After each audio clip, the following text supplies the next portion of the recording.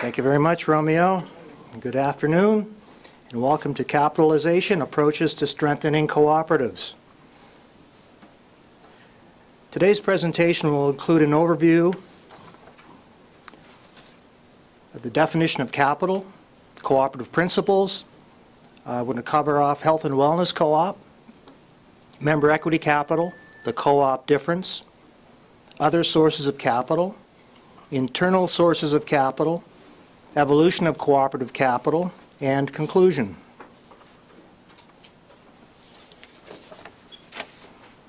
From a cooperative's perspective, capital is the financial resource needed to acquire the assets necessary to achieve the mission or mandate of a cooperative as determined by its member owners. So what are the sources of capital, and how can a cooperative secure the level of capital from these sources to meet the expectations of its member owners? Essentially, there are two basic types of capital. Equity capital, which forms the foundation of cooperative capitalization, and debt capital. And as individuals, we think of equity capital as what we've saved, accumulated in a savings account, or perhaps the equity that we've generated in our homes. For example, your market value of your home might be $150,000. You owe $50,000 in terms of mortgage financing. So the net equity would be $100,000. That's how we as individuals define equity. Debt capital is borrowed money. For example, a mortgage on your home. And it's capital that must be repaid at some point in time. If I want to buy a car, I need capital. The capital can come from two sources: my savings account through my equity earnings or savings, or from a credit union in way of a car loan or a term loan. The simple example supports the finance equation that the cost of the asset will always equal the capital needed to acquire the asset. So if the $20,000 costs a car, I can finance it by a $15,000 credit union loan and $5,000 from my personal savings, my equity that I would have in that car. So that's a simple equation. Cost will always equal debt capital plus equity capital. So enough about my car. At this point, I'd like to, I think it would be appropriate to discuss the cooperative principle related to cooperative capitalization. Member-owner economic participation is fundamental to cooperative development. And there are two very important aspects to this principle. Member-owner economic participation is fundamental in cooperative development. So members need to invest capital into their cooperative, and they also need to support the services provided to the members by their cooperative. Two very key important points: investment of equity capital and utilization or support of the services provided by the cooperative. The amount of capital required by a cooperative will depend upon the services provided to the member owners and the assets needed to support the delivery of those services. Typically, when a cooperative provides services, it needs an asset base to provide those services. So obviously the level of capital required will depend on the service level and the assets required. In a perfect world, a cooperative would receive all its capital to support its asset base from its member owners. But we don't live in a perfect world. Capital is scarce. So if member owners can't provide all the required capital, then one of two things must happen. The level of member owner expectation, service expectation, must be reduced. And the asset base related to that must be reduced as well. Or the cooperative can borrow debt capital. They can go to a credit union, attempt to get a loan in order to finance the assets required to deliver the service expected by the member owners. As a rule of thumb, the higher the level of owner equity capital invested in a co-op, the easier it is to secure, to attract, to borrow debt capital. No equity, no ability to borrow. So again, member equity investment is very important for a cooperative. Recently, a number of like-minded individuals decided to start a cooperative business. A mission statement was developed, which essentially outlines the member-owner expectation: improve morale, health, and reduce stress levels by providing a full wellness service center. So in order to fulfill the co-op's mission, these founding member owners had to decide on the nature of services, the assets required to provide these services, and the capital required to finance the assets. Services were to include an exercise facility with gym equipment and access to health and wellness professionals. Because of limited capital, it was decided to rent office and exercise space rather than purchase the building. To purchase a building would have been an extraordinary feat for a young cooperative with a few members, so it was decided to rent the asset as opposed to purchasing it and buying it. Member-owner equity capital would be accumulated through Co-op Atlantic payroll deductions over a period of time to make it affordable to the member owners to accumulate that equity for their cooperative. The equipment would be financed by debt capital loan arranged with the help of Co-op Atlantic, which illustrates another cooperative principle: cooperation between cooperatives. Without Co-op Atlantic's support, this developing cooperative would have had difficulty securing debt capital to finance the equipment. The following point is very important. Member owners invest in a cooperative not for a financial return on the investment, but rather for the purpose of receiving the benefits of ownership provided by the cooperative. Again, members do not expect a return on the invested capital, like a dividend or interest. The benefits they derive from member equity investment and from the benefits of ownership are the services that are provided by their cooperative.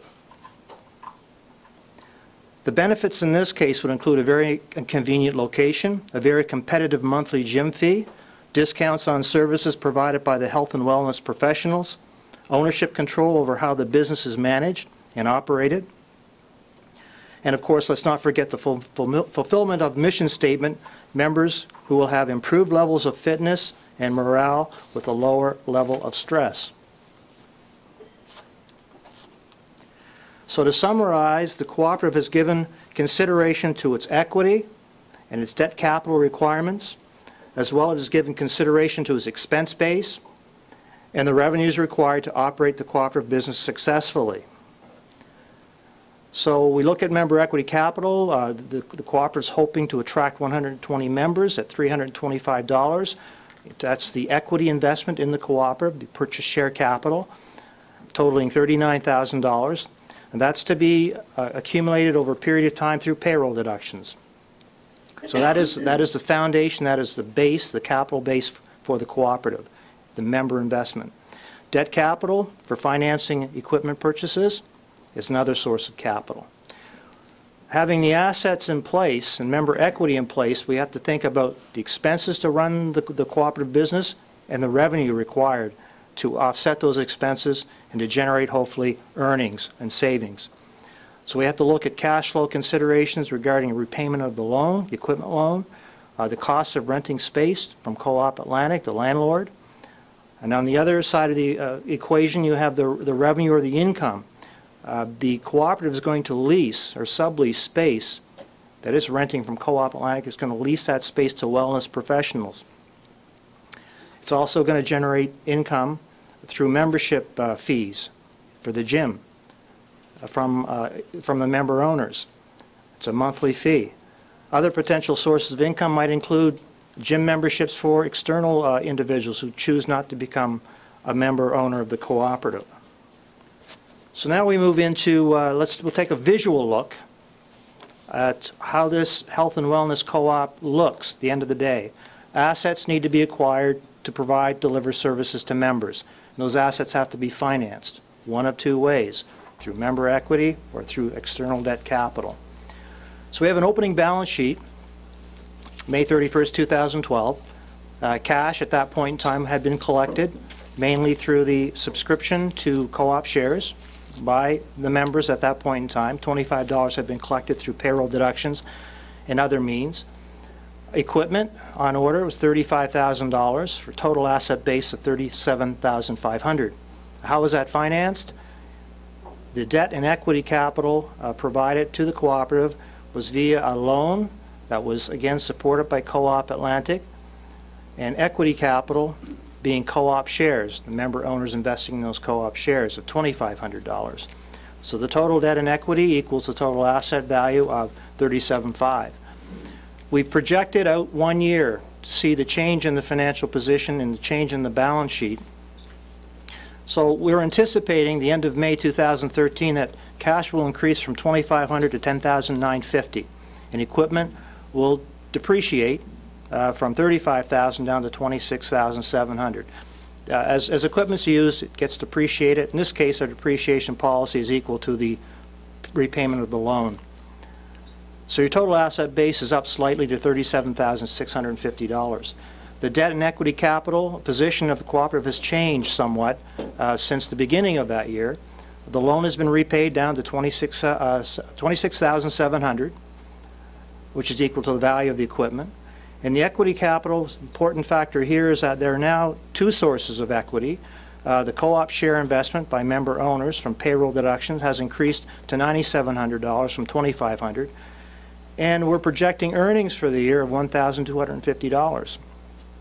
That's a very important aspect to cooperative capitalization, the internal generation of equity capital. So your total equity now is $10,950 versus $2,500 in the beginning of the year, and total debt and equity equaling the asset value of $37,650. So what makes co-op equity capital different from other forms of equity capital? I call it the co-op difference. Member owners typically receive no direct return on their equity capital investment, but rather their equity capital investment allows them to participate in the investment, in the benefits of ownership. So if I don't get a return on my capital that I invested in the co-op, why bother? Why invest? Again, your investment's tied back to membership and to the benefits that you receive as a member of a cooperative. And again, in this case, to reiterate, very convenient location. You work here, the gym facilities here, the health and wellness individuals are here, professionals are here. A very, very convenient location. Competitive monthly gym fees, $20 versus, I don't know, $50, that might be market. Discount on wellness professional services. If you're a member, you get a discount. If not, you pay full price. Better health and morale and lower stress levels, which is good for everyone. Ownership control over how the business is run, very important. If you want to play around with your monthly gym fees, raise them to 25 or 30 to cover off unforeseen expenses, you can do that as member owners of the business. And finally, control over internally generated equity capital. You can decide what to do with that $1,250 at the end of the day. The equity generated internally, the $1,250, let's take a look at that for a second. It belongs to the co-op, and the members decide on what to do with the equity generated from operations. The first option is retention, to retain the equity to strengthen the financial position of the cooperative. Previously I mentioned the more member equity held by the co-op, the easier it is to borrow debt capital. The member owners might want to build equity in their co-op during the first few years of operations, which would place them in a position to consider an expansion, an increase in services provided by the co-op to the members. Perhaps members might develop a plan to rent more space from Co-op Atlantic, to order additional gym equipment, to rent to other health and wellness professionals, just to expand the service offering by the cooperative. So that's one method in dealing with internally generated cooperative equity through earnings, through savings from operations. You could also decide in future years, but perhaps you want to declare a patronage dividend or rebate to the users of the service. And it would only be paid to the users of the service, not the providers of capital. For example, you, the member owners, could decide to declare a $1,000 patronage dividend. Maybe pay it to the users of the gym facility. Those who use the gym for the full year would get maybe a $20 rebate. Those who joined up halfway through the year, mid-year, would get a $10 rebate. So the rebates are paid based on utilization, support, patronage of cooperative services. So before we decide what to do with the $1,250 internally generated equity capital, retain it for future growth opportunities, or use it to declare and pay a patronage dividend, we should attempt to understand how this $1,250 was generated. So the first statement we looked at was the balance sheet or the statement of financial position, which takes a snapshot of your assets and the capital required to finance those assets. This is an operating statement. Basically generates or discloses, reports income and expenses. And the difference between those two is either earnings or a loss or a deficit. The projected operations for the year ended May 31st, 2013 is projecting rent income from the health and wellness professionals who are leasing space from the cooperative of $33,000. Member gym fees, it's a $20 monthly gym fee, $28,800, and other income of $10,500. That could be from external memberships, non-members, those sorts of things. Total income of $72,300. Expenses would include rent payable to Co-op Atlantic for the space, equipment depreciation of $8,300, and permits, insurance, other things, $750. Total expenses of $71,050 for a bottom line earnings of $1,250. That's just a projection. It could change, but it's something that the owners of the cooperative can try to benchmark and monitor their progress depending on how many members they sign up, and deal with their expenses and their operating revenues.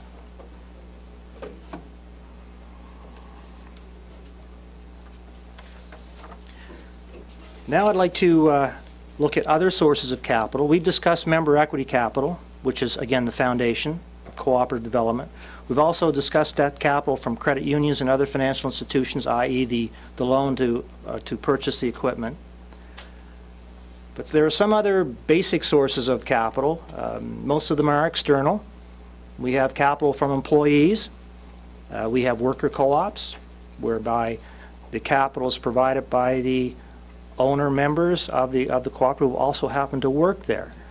We have a worker cooperative downtown, automotive, automobile repair center that was purchased by the individuals who worked there, and they formed a cooperative. They would have supplied member equity capital. We also have a situation here at Co-op Atlantic where employees at Co-op Atlantic lend money to Co-op Atlantic through payroll deduction. It's called our Christmas Club, and employees like to save for that time of year where there's usually large cash expenditures. They want the money in the bank. So they lend that money to Co-op Atlantic through payroll deduction. We accumulate it, we pay interest on it, and then we cash out at the end of the year. But Co-op Atlantic does get to use that debt equity source from employees throughout the year. So it's a win-win for both the employee and for Co-op Atlantic. Supplier credit's another very important source of debt capital. Once a cooperative establishes good credit rating through the responsible management of its operations and the building of its member equity position, suppliers of goods and services will often extend credit privileges, trade credit privileges, to businesses like cooperatives. This is an excellent interest-free source of financing. It doesn't cost you anything. When you borrow from the bank, you have to pay interest on the loan. But suppliers who will extend credit to a cooperative business, it can be used for interest-free financing. For example, Co-op Atlantic requires to carry inventory to fulfill its mandate to its member owners. And if our key is to sell that inventory, convert it into cash before we have to pay the supplier. Supplier gives us 30-day terms, interest-free credit. We can turn our inventory into cash, pay that supplier. It's a great way to finance inventory buildup. Credit unions, Caisse Populaires, banks, and other financial institutions provide lines of credit, term loans, and mortgages. I think we're most familiar with those types of external sources of debt financing. We have equipment lease companies that sometimes will finance up to 100% of your equipment requirements. At the end of the lease, you can own the equipment or you can send it back. So very flexible in terms of what you do with the financing and with the equipment at the end of the day. Governments can be a very important source of financing, both of debt and equity capital. A number of Atlantic Canadian cooperatives have borrowed debt capital from federal government crown corporations such as Farm Credit Canada, Business Development Bank, as well as from provincial government agencies as well. Co-op Atlantic's investment in the Sydney frozen food and meat distribution facility was financed in partly by member owner equity and debt capital from a provincial lending agency in Nova Scotia. Social housing cooperatives. There's another one that uses governments, and they've tapped in successfully into a debt capital forgiveness loan program whereby the government will lend them dollars to provide housing for elderly or for disadvantaged individuals, and if the cooperative complies with the agreement, that debt will be forgiven, and as it's forgiven, it converts to equity capital because it doesn't have to be repaid.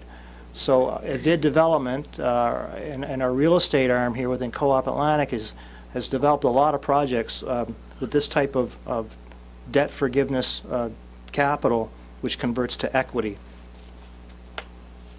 So this conversion increases equity. The final source of capital I'd like to talk about is internal. And it's one that I alluded to earlier when I used the example of the health and wellness co-op. And that would be equity capital generated internally by the successful operations of a cooperative. Think back to the $1,250 earnings which were projected during the first year of operations. If the opposite occurs, whereby expenses exceed revenues, then the cooperative will generate a loss or a deficit, which is an erosion or a reduction in equity capital. If operating losses continue, at some point the co-op will not have sufficient cash to cover off its loan obligations or its rent commitments. So consequently, it's very important to manage the business of cooperatives in a responsible manner to ensure that revenues exceed expenses and that we generate, bottom line, we generate earnings that can be used to supplement equity capital for the cooperative. In addition to strong member support, to be successful, a cooperative must focus on its balance sheet and on its results from operating activities.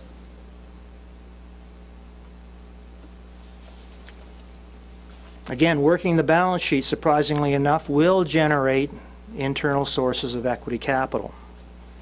Do more with less. Working the balance sheet requires cooperatives which have invested in inventory for resale and which sell inventory on trade credit receivables to convert these investments into cash as quickly as possible. Co-ops with excessive inventory investments and past due trade receivables will require additional debt capital to finance this level of assets that they're carrying. And this level of debt capital required or obtained from a credit union will attract interest charges, interest expense. Excessive inventory may result in obsolescence, which means you'll have to write down the value of your asset. Failure to collect past due trade accounts will ultimately result in bad debt write-offs. These write-offs, these write-downs, and the extra borrowing costs reduce earnings, and in turn reduces the internally generated equity capital which could have been generated by the cooperative. So the key is to optimize the investment in your balance, on your balance sheet, optimize your level of inventory, don't carry too much because you're going to have to borrow money or attract more member equity capital from your pockets as a member owner of a health and wellness cooperative or whatever cooperative you're involved with. So it's important to optimize those levels, important to collect trade receivables. If not, they will impact your ability to generate internal equity capital for the cooperative. Many cooperatives also invest in land, buildings, and equipment to provide service to members. Capital is required to finance these acquisitions. Capital is scarce. and is limited by the amount of equity capital available from member owners and by the cooperative's creditworthiness relative to its ability to borrow debt. The decision-making process related to the allocation and investment of capital in revenue-generating assets is critical to the success of a cooperative. A poor investment decision in the wrong location or in the wrong asset will result in poor performance and will negatively impact earnings. So before scarce capital is allocated, a detailed analysis of projects should be undertaken in order to develop a business plan to determine if adequate earnings and related cash flows can be generated from the investment. Otherwise, capital should not be squandered on assets which will not produce an acceptable return on investment. So that's working the balance sheet and the impact on the ability of a cooperative to generate internal equity. Second aspect is operations. I tend to oversimplify this particular aspect, but for the sake of time, by securing and accumulating debt and equity capital and allocating the scarce resource to investments in strategic assets, such as plant, equipment, inventory, trade receivables, a cooperative has now positioned itself to provide services expected by its member owners. Member owner support of their cooperative business is key. If there is no member owner support, there's no co-op. It's as simple as that. Operating results will suffer if member owners do not commit to supporting their cooperative business 100%. Secondly, management's understanding of member expectation and their ability to deliver cost-effective service, whether it be in marketing, procurement, manufacturing, sales, or distribution, is also key to successful operating results. All of these activities generate revenue, generate income, result in expenses. At the end of the day, you want that bottom line so that you can increase your member owner equity within your cooperative. Employees are also another very important component to the success of a cooperative. Employees need to be competent. They need to be in possession of appropriate skill set. They need to be dedicated. They need to be motivated. And they must have access to the resources and systems required to do the job and to do it well. Consequently, human resource management is also key to generating successful operating results and optimizing internally generated equity capital. So now we know the sources of capital and how co-ops can successfully attract capital required to provide goods and services for the benefit of its members' owners. At this point, I'd like to provide an overview of the growth in Co-op Atlantic's capital structure since its inception in 1927. So the first fiscal year end for Co-op Atlantic was actually Maritime Livestock Board, started up in 27. First fiscal year ended June 30th, 1928. We'll take a look at that. We'll slide into 1945, Maritime Cooperative Services Limited, successor to Canadian Livestock Cooperative. And finally, when I arrived on the scene, 1980, we'll look at Co-op Atlantic and its capital structure at that point in time. Now, I noted with some curiosity that in the early years, Co-op Atlantic's debt capital structure did not include any bank debt.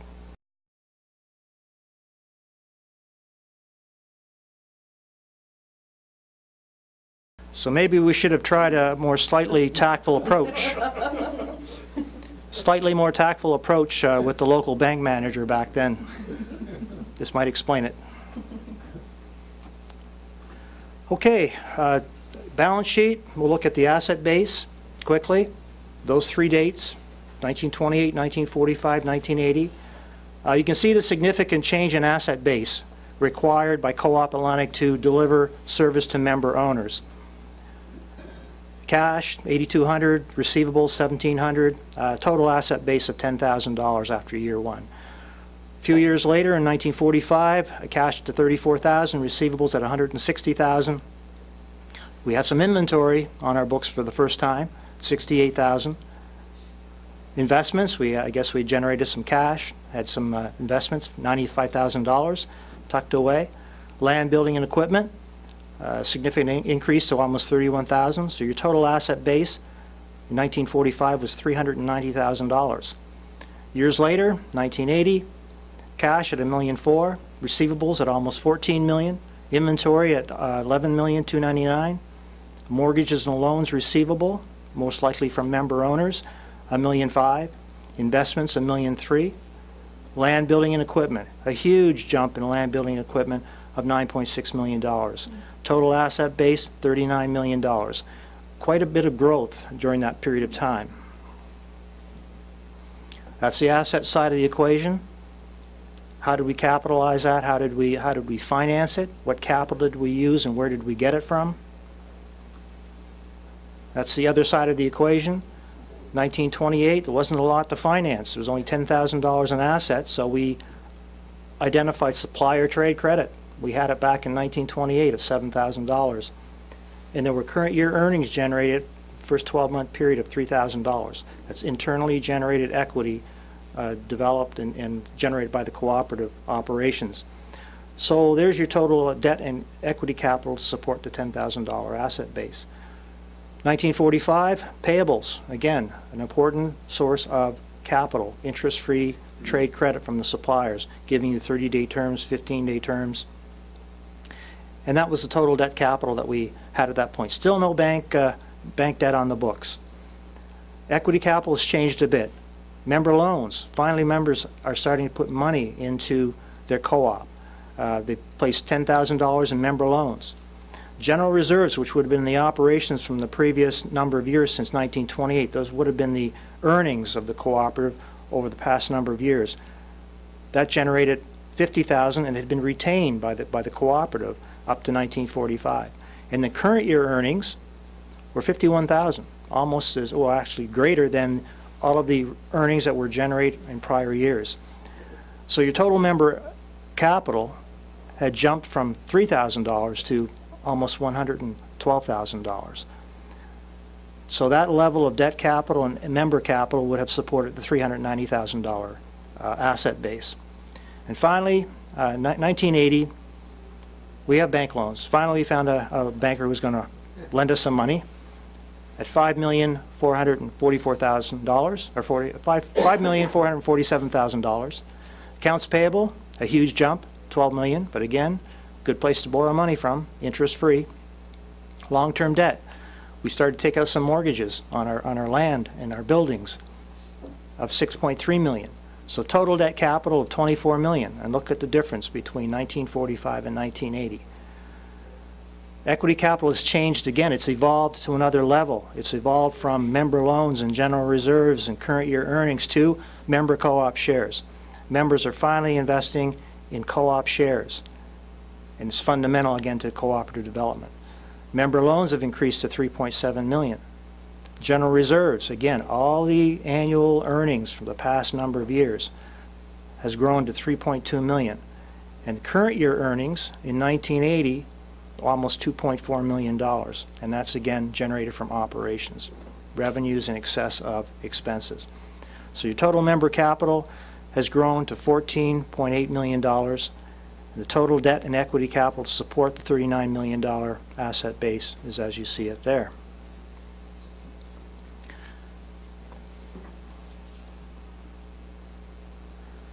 So since our humble beginnings in 1927, Co-op Atlantic has grown its sales volume to over $600 million and currently has an asset investment and associated capital base of $150 million,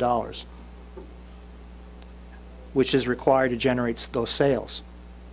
A tremendous amount of effort has been devoted to attracting debt capital and generating member owner equity of this magnitude.